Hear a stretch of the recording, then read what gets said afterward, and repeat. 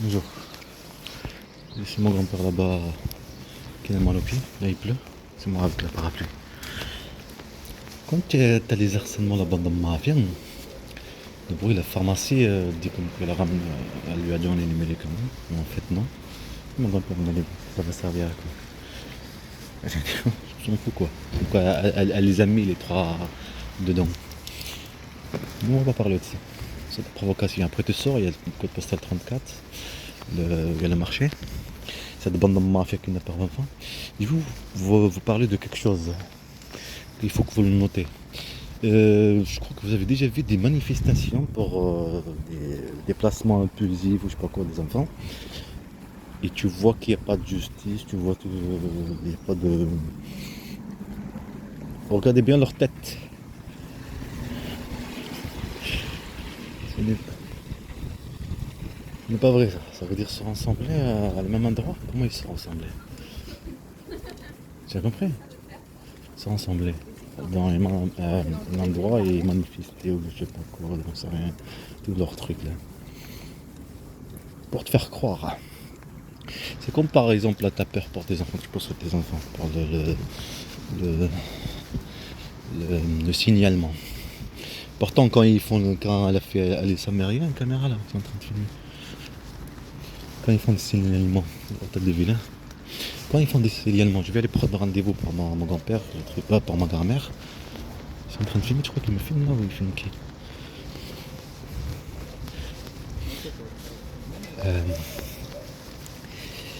Comme elle a fait le signalement, elle et sa mère, le complot qu'ils ont fait, elle et sa mère et cette bande de mafia qui n'a pas d'enfants, maltraité, violence physique et psychologique.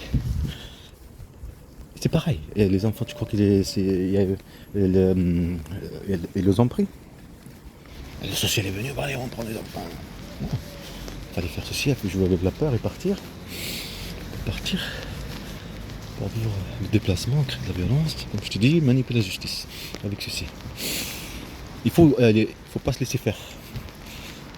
Pensez à ceci. Il fallait que dès le début, même qui est associé, faire le signalement. Parce qu'il y a de la violence de sa part sur mes enfants, sur moi. Il fallait le faire.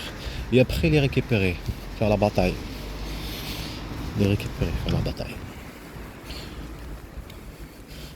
C'est normal que tu me vois petit à petit, c'est pas maintenant que la bataille. Film, dialogue, être connu. Parce que c'est une bataille d'une bande de mafia, état de la mafia, état fasciste.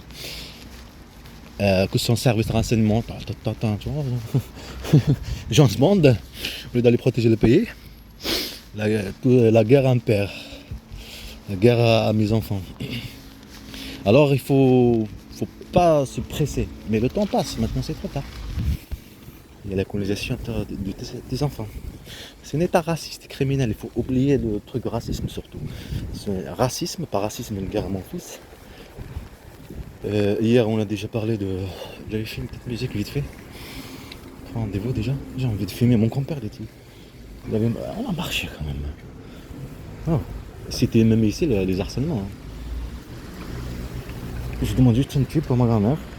Ouais. On dirait à se sentir qu'il va pleuvoir. Je vais filmer là, je peux pas rester. Comme ça au moins il va se reposer un peu, il va faire un tour. J'ai besoin juste de enlever le truc là. Il y a des harcèlements sur le truc. Là sur le marché. Qu'est-ce que je suis en train de faire? Pourquoi qu'est-ce que j'ai fait? Quel guignol que j'étais. Quel guignol. En venant de l'aéroport, de là-bas à Oran, il y a une personne un couple, d'un coup la femme s'allonge comme ça. Là. Il va te faire comprendre, mais t'as oublié quoi. Elle a bien joué avec moi, par amour, comme avant 2010. Toujours une proie facile à manipuler. Et eux, ils en profitent de la situation, comme je t'ai dit. Les politiques.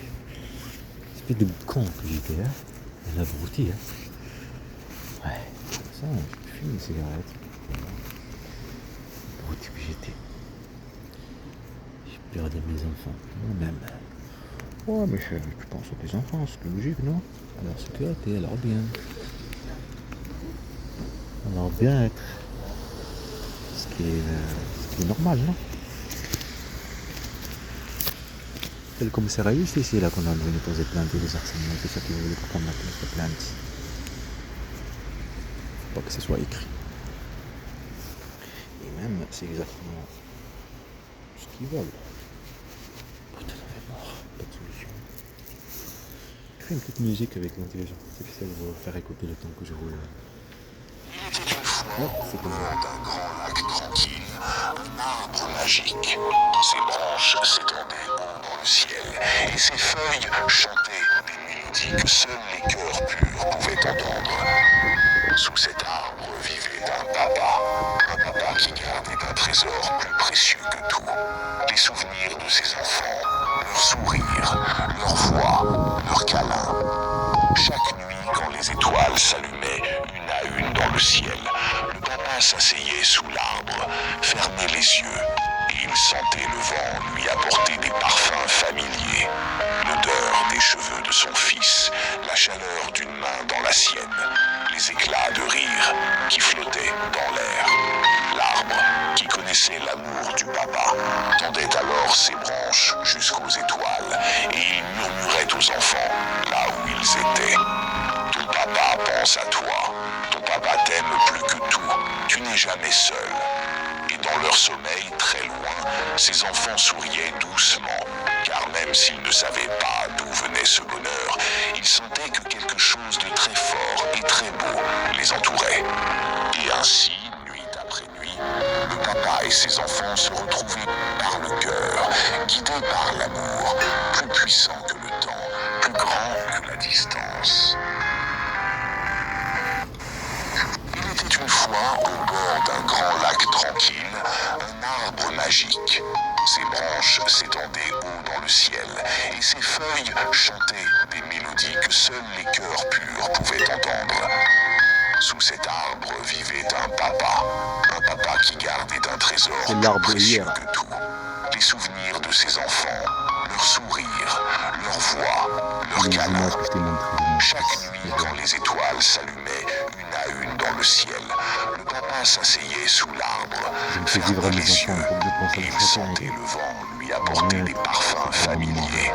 L'odeur des cheveux de son fils, la chaleur d'une main dans la sienne, les éclats de rire qui flottaient dans l'air. L'arbre, qui connaissait l'amour du papa, tendait alors ses branches jusqu'aux étoiles, et il murmurait aux enfants, là où ils étaient. Ton papa pense à toi, ton papa t'aime plus que tout, tu n'es jamais seul. Et dans leur sommeil, très loin, ces enfants souriaient doucement, car même s'ils ne savaient pas d'où venait ce bonheur, ils sentaient que quelque chose de très fort et très beau les entourait. Et ainsi, nuit après nuit, le papa et ses enfants se retrouvaient par le cœur, guidés par l'amour, plus puissant que le temps, plus grand que la distance.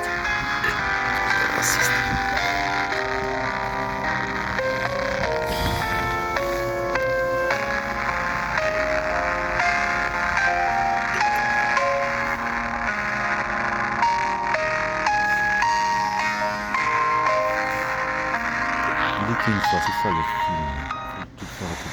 Il était une fois, au bord d'un grand lac tranquille, un arbre magique. Ses branches s'étendaient haut dans le ciel, et ses feuilles chantaient des mélodies que seuls les cœurs purs pouvaient entendre. Sous cet arbre vivait un papa qui gardait un trésor plus précieux que tout. Les souvenirs de ses enfants, leur sourire, leur Souvenir de mon grand-père qui va partir avec des chaque amis. nuit, quand les étoiles s'allumaient une à une dans le ciel, le papa s'asseyait sous l'arbre, 60 euros, c'est ça le fermait revenu. les yeux, C'est comme ça, et il sentait le vent lui apporter des parfums familiers. L'odeur des cheveux de son fils, la chaleur d'une main dans la sienne, les éclats de rire qui flottaient dans l'air. L'arbre, qui connaissait l'amour du papa, tendait alors ses branches jusqu'aux étoiles, et il murmurait aux enfants, là où ils étaient. Ton papa pense à toi, ton papa t'aime plus que tout, tu n'es jamais seul. Et dans leur sommeil, très loin, ces enfants souriaient doucement, car même s'ils ne savaient pas d'où venait ce bonheur, ils sentaient que quelque chose de très fort et très beau les entourait. Et ainsi, nuit après nuit, le papa et ses enfants